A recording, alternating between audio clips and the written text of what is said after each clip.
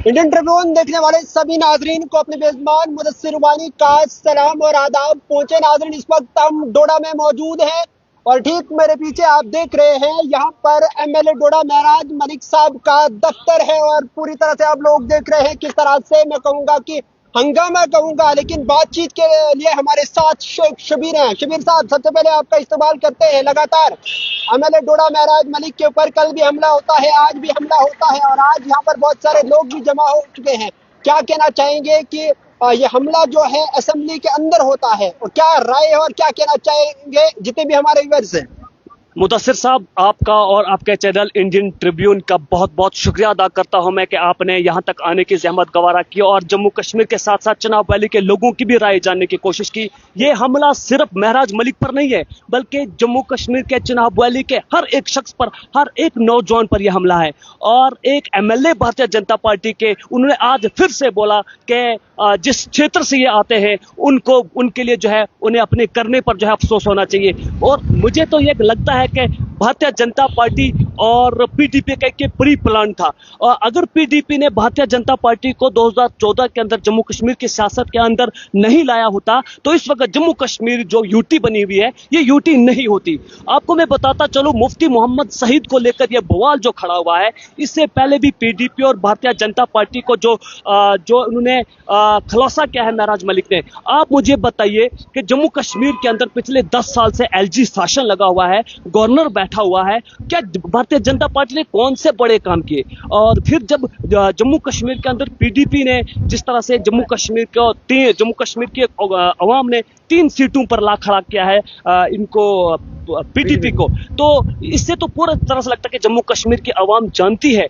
इन लोगों को कि तुम्हारा स्तर क्या है, ये किस स्तर के लोग हैं। आप अंदाजा लगे कि जम्मू कश्मीर की असेंबली के अंदर जब महराजुद्दीन मलिक पर हमला होता है तो ये हमला पूरे चिनाब वैली के लोगों पर है। पहले तो सीधी जम्मू से कश्मीर की बात हुआ करती थी। ये जो पीडीपी के लोग जो हैं, पीडीपी के लोग जो है जम्मू कश्मीर के इज्जतों के जो है लुटेरे हैं। इन्होंने जम्मू कश्मीर की कौम के साथ हमेशा खिलवाड़ किए हैं।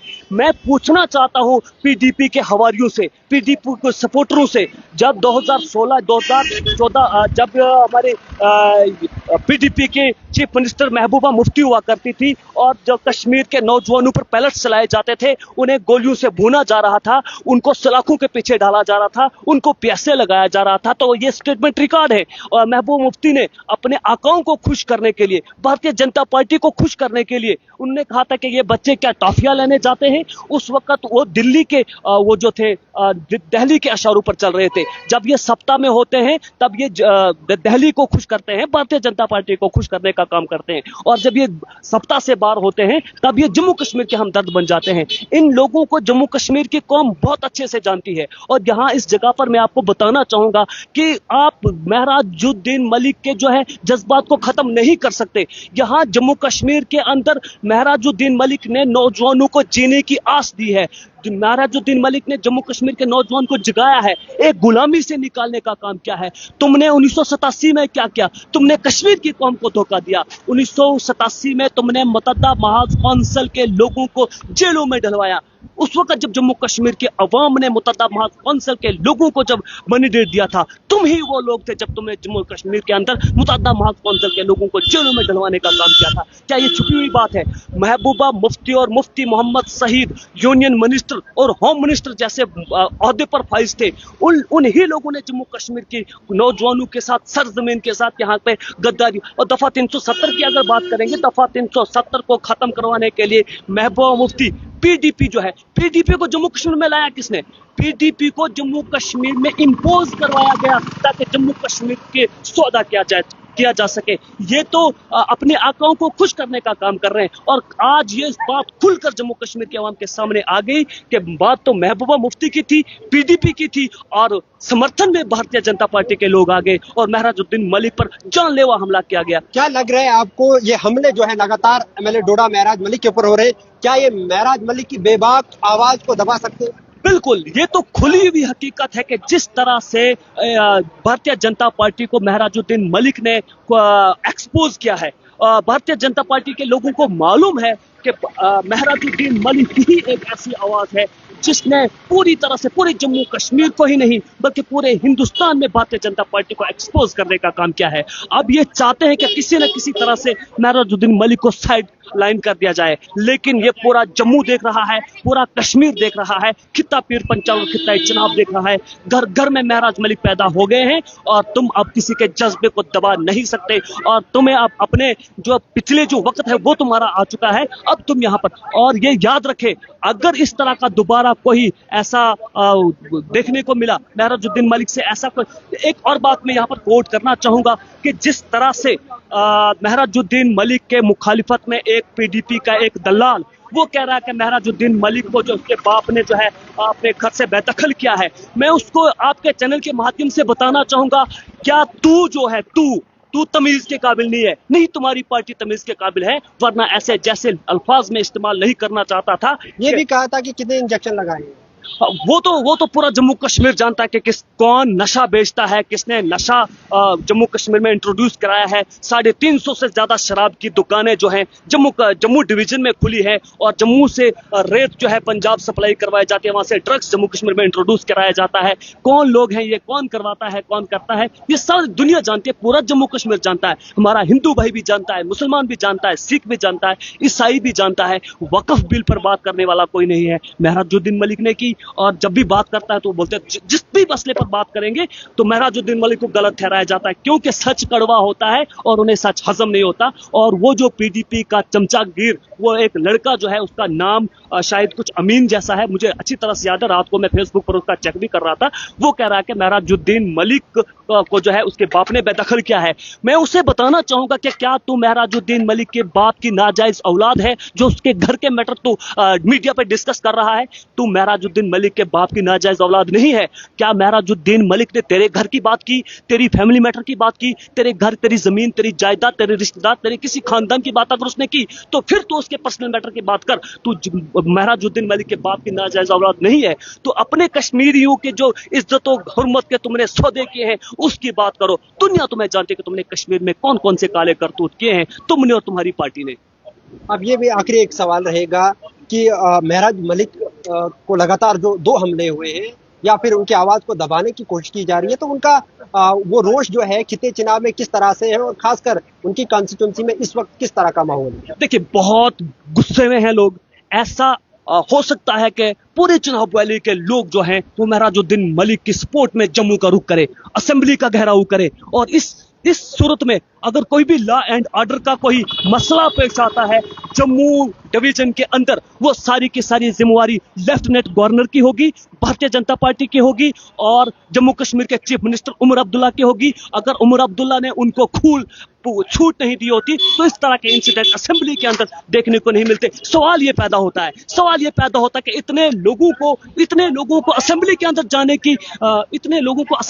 जाने की इजाजत किसने दी?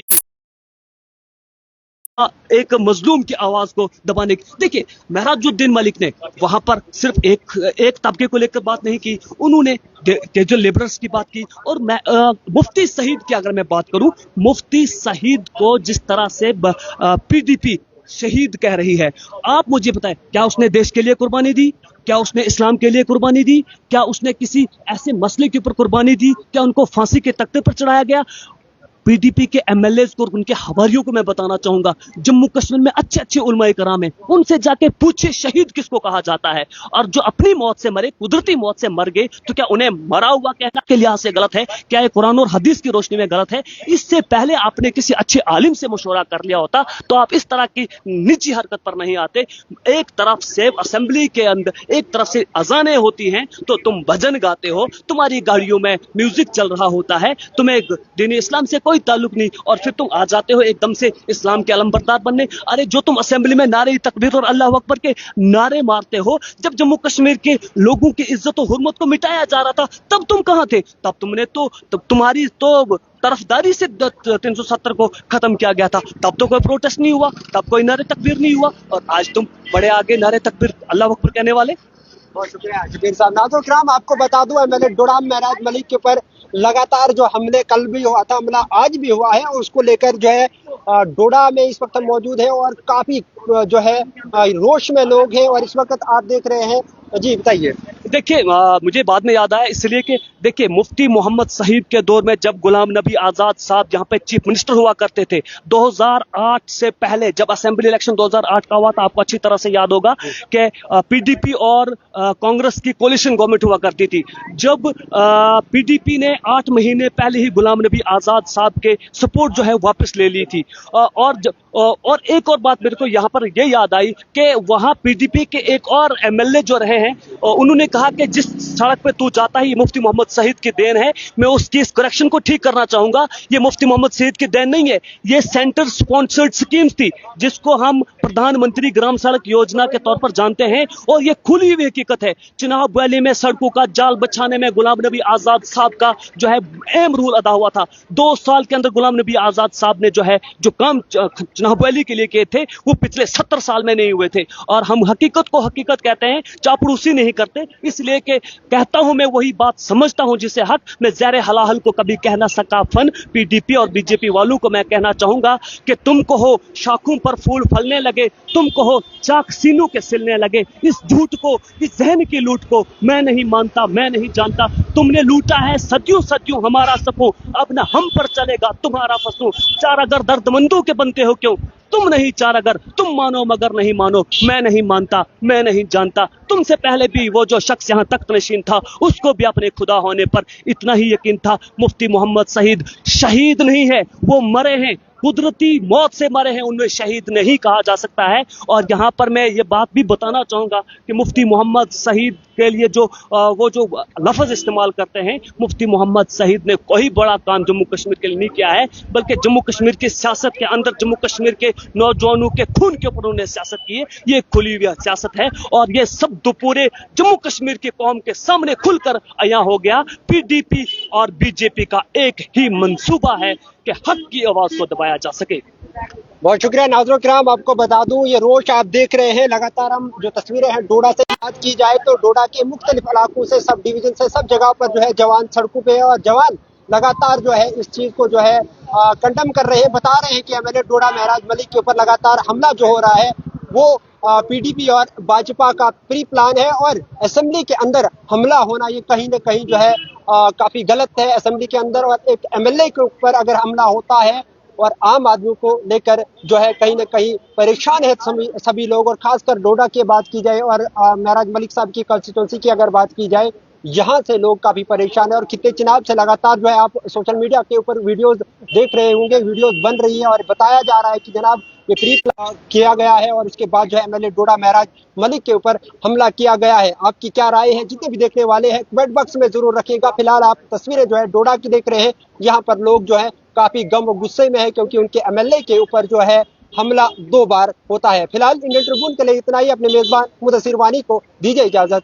खुदा हाफिज। क्या